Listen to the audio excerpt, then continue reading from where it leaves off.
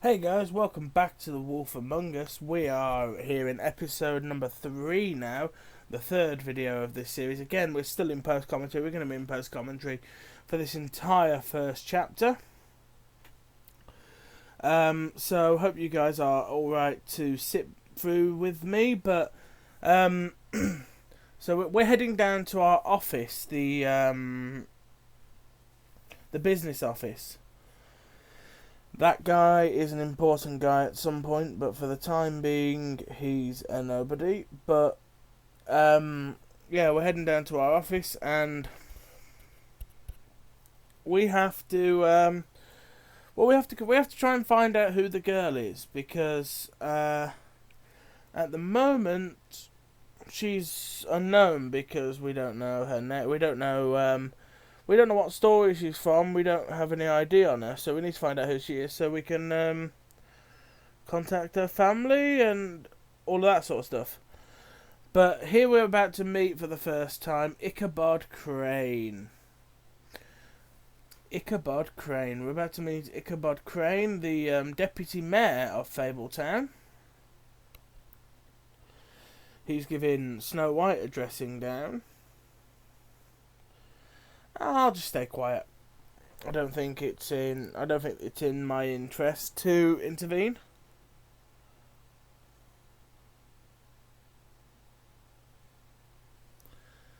After all, what's the point in getting in a fight with this guy? I don't think it's worth fighting with him, really. Now, I remember thinking at the time,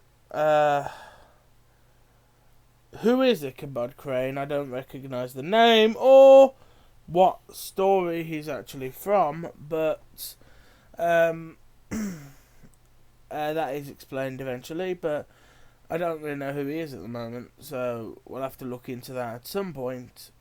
Some of the characters I'm not really familiar with, you see, so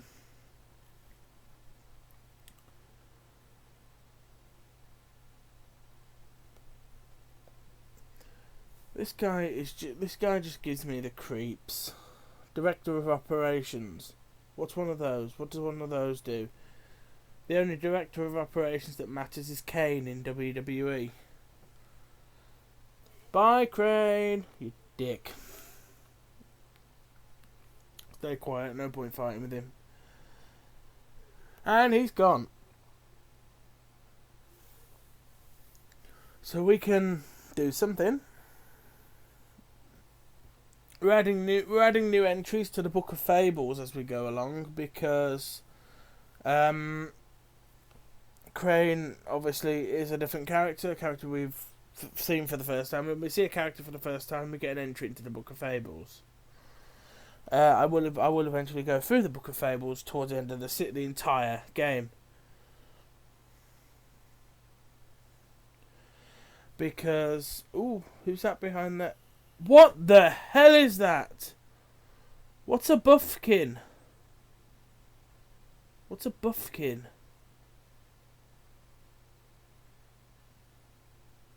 What's one of those? It's like a chimpanzee. It's like a green monkey with wings. What? What is that thing? I've never seen anything like it. Oh well. At least we found the missing wine.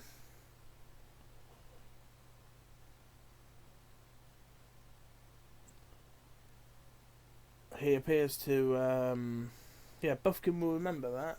So, looks like I said something that will have some sort of effect somewhere down the line.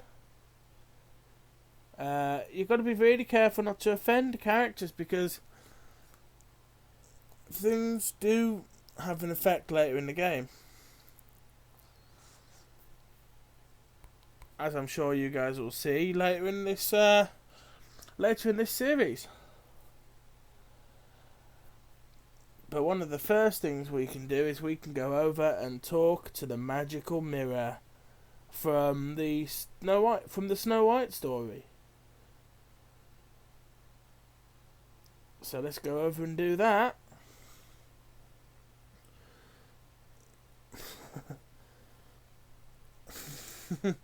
The mirror wants us to speak in riddles. After all, it is the magic mirror. Mirror, mirror on the wall, who's the fairest one of all? Spider, spider on the wall, don't you know a thing at all? Can't you see the wall's covered in plaster? Now you're stuck, you stupid.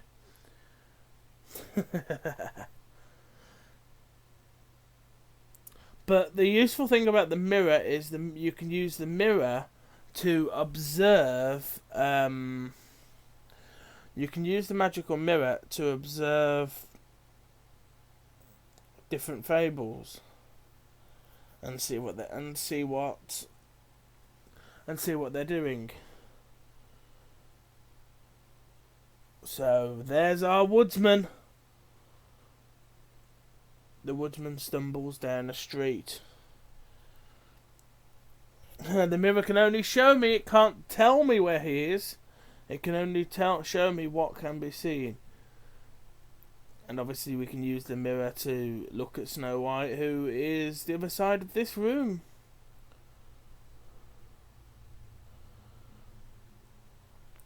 Now, if you notice, you can actually look at the woodsman again, and you can see that he's now moved.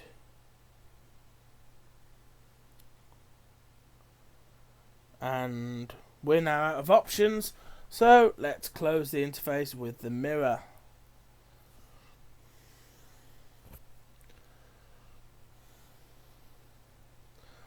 And just as we do that, Snow White finishes on the phone, and the magical flying chimpanzee arrives back with the books. So maybe if we look in the books, we can find out. What story the dead girl belongs to, and who she is, because obviously a fable, we assume, has been killed. So we have to do something, because, well, she's next of kin or family. They need to be made aware. So we're going to have to do that. And start with this big book, which has got a picture of everyone in. Now this one's quite cool because it shows you a lot of the people who are involved, and you can look at various different people.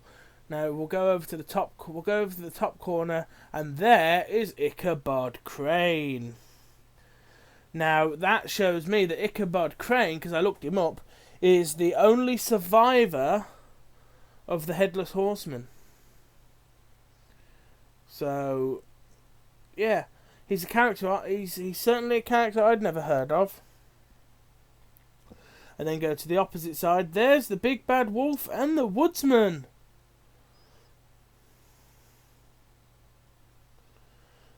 There's the Big Bad Wolf. There's the Big Bad Wolf, the Woodsman, and Red Riding Hood.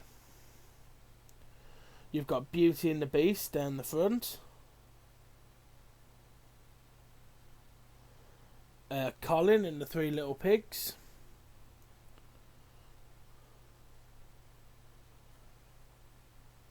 Who's this? That symbol. It's on the ring. So that means that person wearing the horse's head could be our girl. So what we want to do now is, now we know a symbol we're looking for, we now need to see if we can find something that matches it in this book. There's a lot of things in this book you can look at. There's the glass slipper of Cinderella. Buffkin can translate for us though, so we can ask him to do that.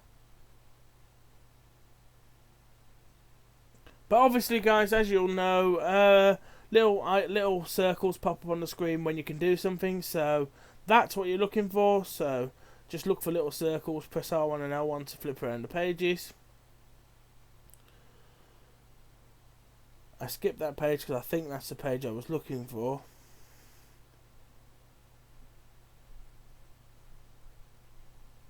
But there's a lot of there are quite a few pages in this book, but the one you're looking for is one to the right, I think, of this, because I think that's the ring. Yeah. A family name Ali Laulaire. So we'll leave Buffkin to look that up. Snow White knows something. It's from the Donkey Skin story. Donkey Skin Girl.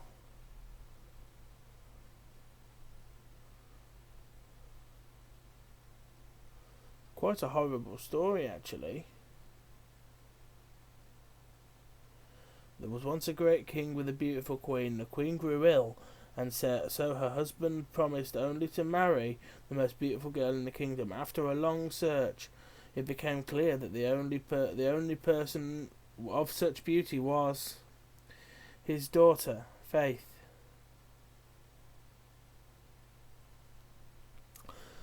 She had a cloak made from the skin of her father's prized donkey, which would hide her beauty so she could escape his kingdom.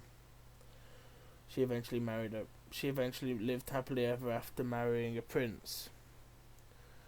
What a horrible story, though.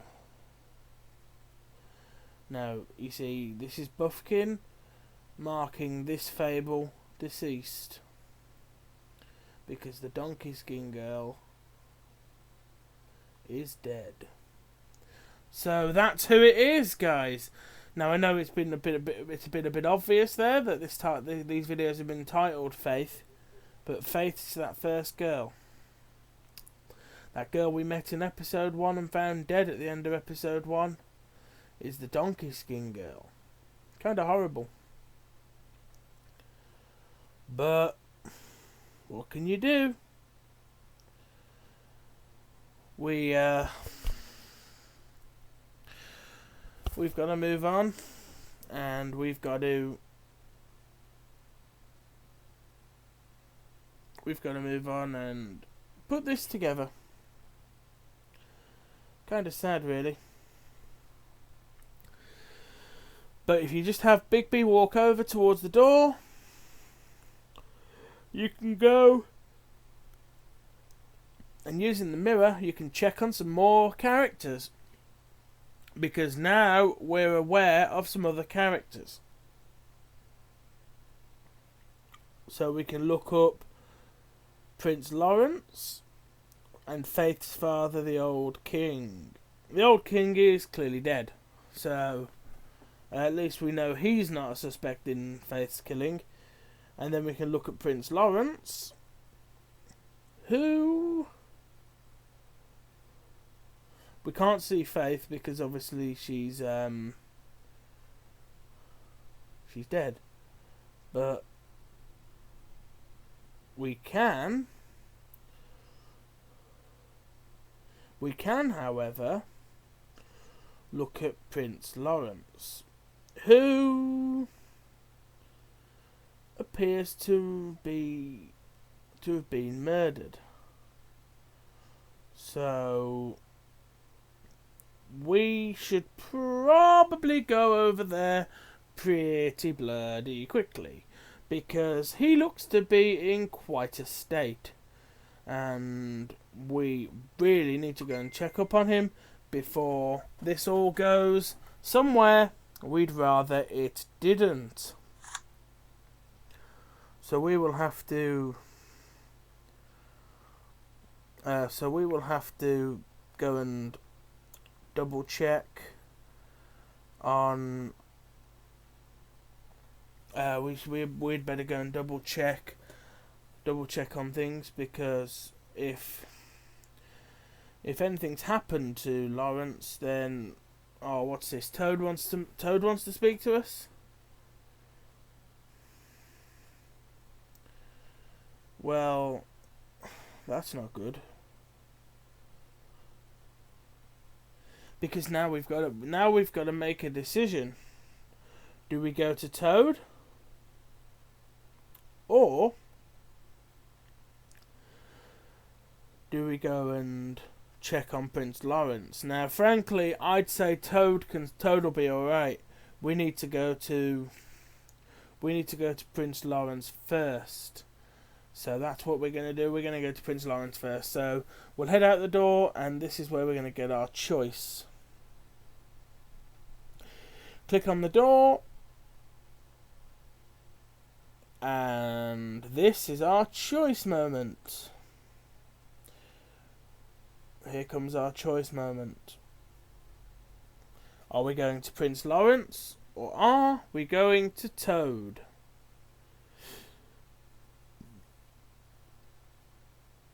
Time for us to make a decision, guys. And that's what we've got to do. We've got to decide what we're going to do. The way I look at it is we've really got to go to Lawrence first.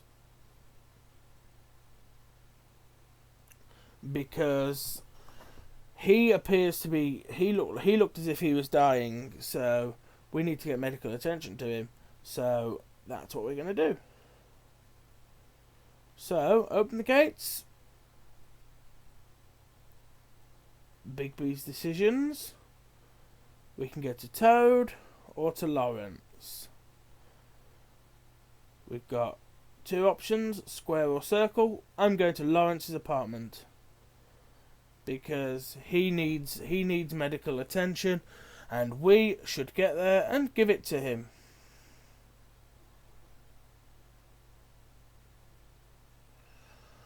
So let's do that then. We'll arrive at Lawrence's apartment shortly. So that's our decision. That's what we're going to do. We're going to go to Lawrence's house first. So I certainly hope the guy isn't dead, because I mean he did appear to be pretty bashed up when we checked in on him via the mirror. We want to get over there and make sure that he's okay, because if we can save him, then it's worth letting Toad have a burglary. You know, I mean, a burglary compared to a potential murder case. I'm going to deal with the murder case first, frankly. To me, the murder case is more the potential murder, because he appeared to have been pretty banged up. Now, if you stay quiet here, Snow will make her mind up, and I let Snow decide. I probably should have spoken up there, but it is definitely important to get us in there pretty quickly and not take too much time. So obviously the first port of call is the front door.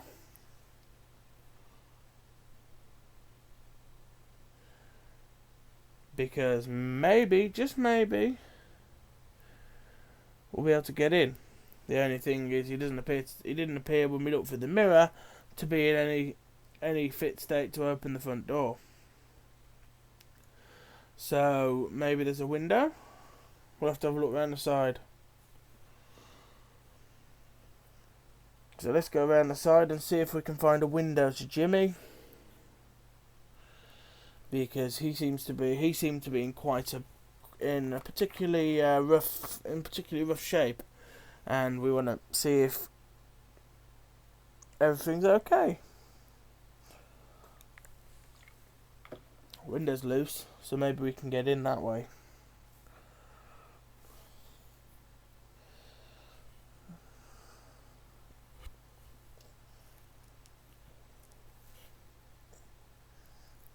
Looks like we can get in through the window. We don't really have any option, so we've just got to do it.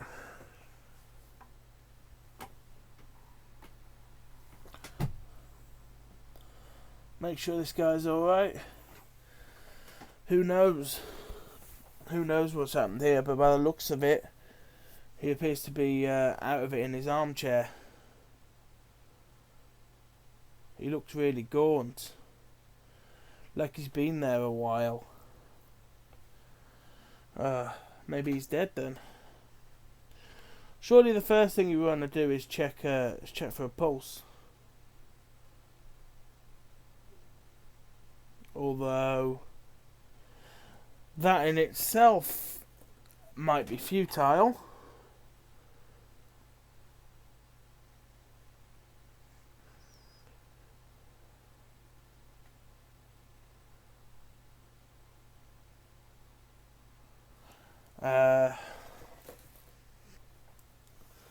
That in itself may well be futile. So let's check out the site of what appears to be the body. See how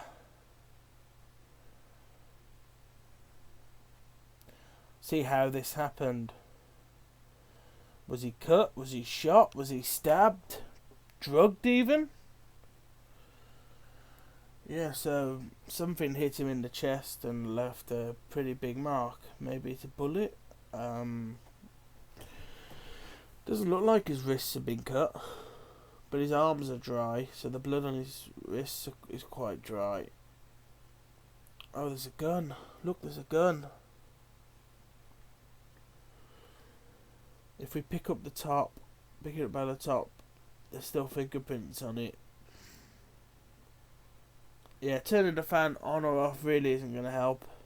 Really isn't going to help much. That'll be the shell casing, because clearly the gun went off. Same caliber as the gun, so looks like I think that's everything. So let's back out of there so we can move around. Now there's a mark on the wall there, a bullet sticking out the wall. So we want to double check that. We want to double check and see if he's been shot or if he's tried to shoot himself. Because that's in the wall, so that looks like whoever shot upwards and missed.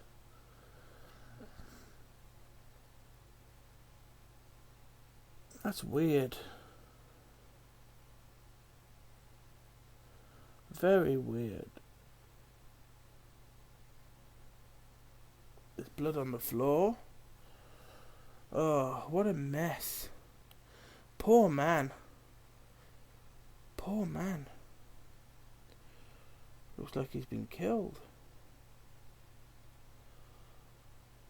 What? Oh. Panel. What panel? What does that panel do? I don't even know what that panel does, to be honest.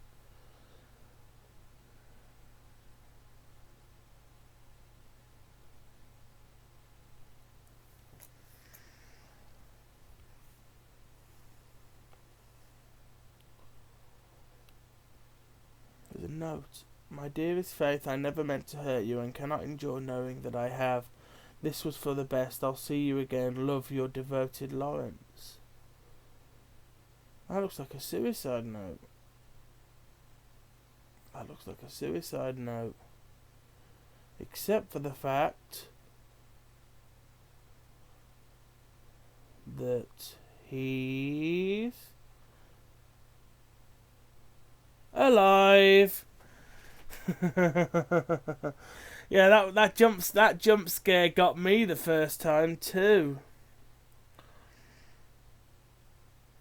He's not actually dead. So we did get there in time.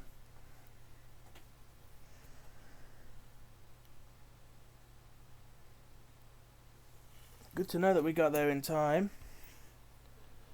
I mean, he still looks like he's pretty badly hurt. But at least the man's not dead. That's a good thing.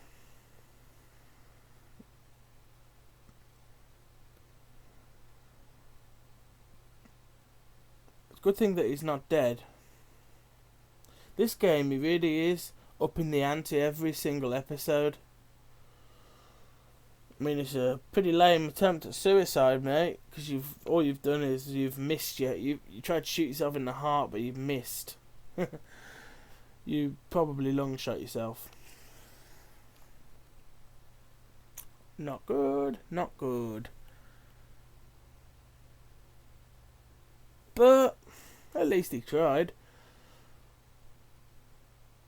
But that suicide note seems to suggest that he might have been involved in Faith's death. But like I said, for me, the woodsman's your killer. He's the one I'm looking for, because he's the one who's disappeared.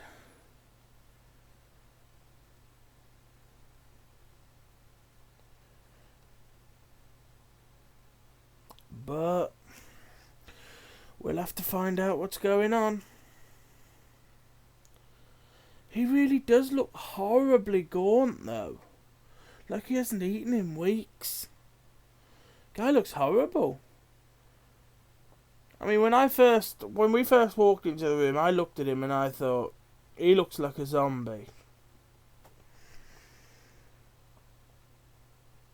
I think a half truth. We don't want to tell him outright that she's dead. We just want to say she's missing. He appears to have worked it out. He's drawn his own conclusion, which I think is better. If he wants to draw his own conclusion, let him. He's in quite a bad nick. We don't want to like give him the horrible news moments after, hours after he's attempted to kill himself. The door. Someone's breaking in.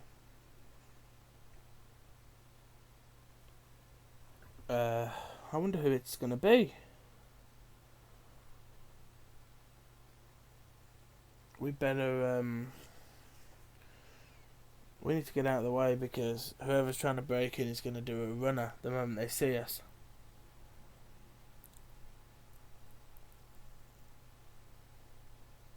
So, yeah.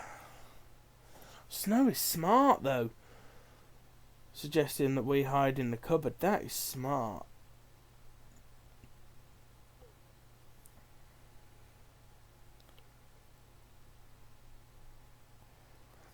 That is smart. That really is quite smart, actually. But who's it gonna be?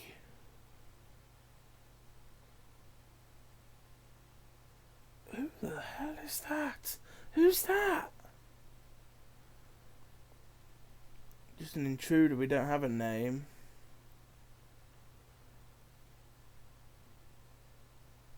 Big fella though, isn't he? Yeah, screw this. He's going too close to the body. Let's just get him.